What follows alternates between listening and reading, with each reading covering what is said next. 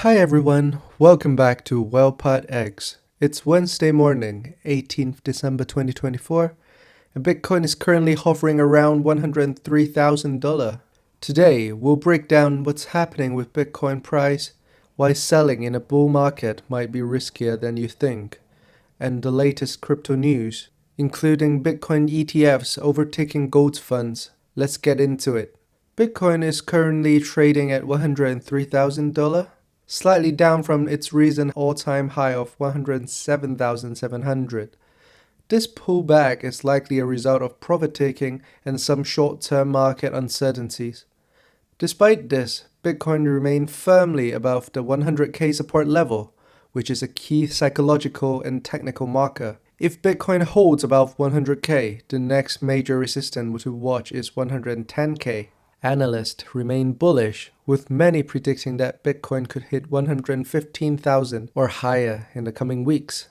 The recent price action has been supported by strong spot market volume and increased institutional interest through Bitcoin ETFs. Overall, the trend remained bullish, and this pullback could be a healthy correction before the next leg up. With less than 2 weeks left in the year, the end-of-year momentum could push price higher. I still think there's a good chance we could see Bitcoin reach 120,000 before 2025 begins. Today we'll talk about why selling Bitcoin in a bull market can be dangerous.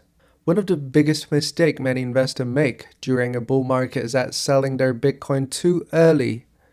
It's tempting to take profit when prices surge, and you're not wrong taking profit.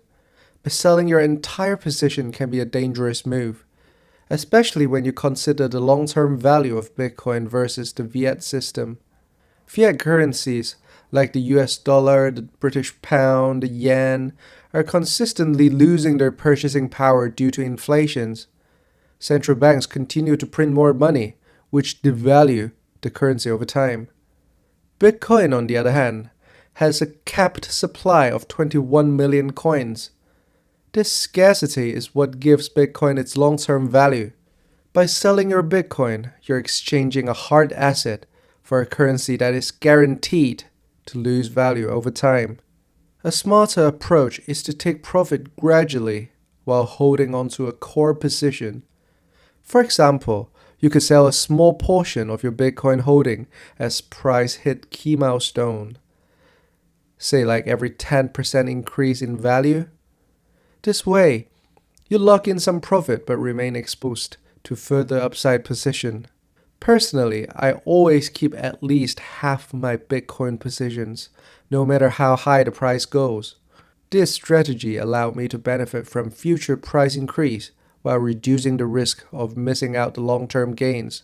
We'll just have to keep it in our mind that Bitcoin is designed to outlast fiat system, so stay invested for the long haul. Now let's take a look at today's crypto news. Bitcoin's ETFs has now officially flipped gold funds in asset under management.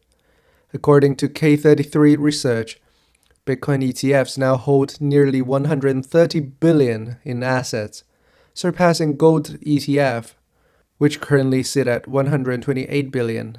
This shift signals a growing institutional confidence in Bitcoin as a store of value, rivaling gold's long-standing dominance.